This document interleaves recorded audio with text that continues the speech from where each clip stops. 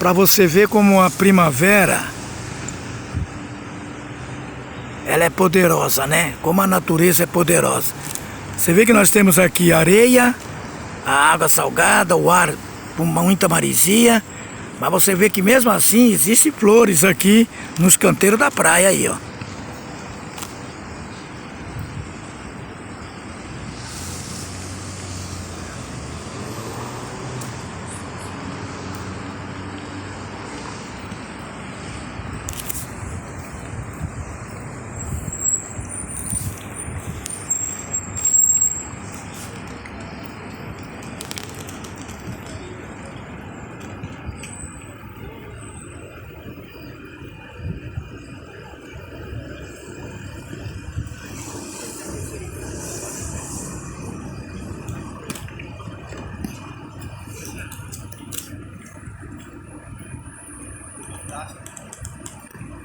Tantos e outros com água.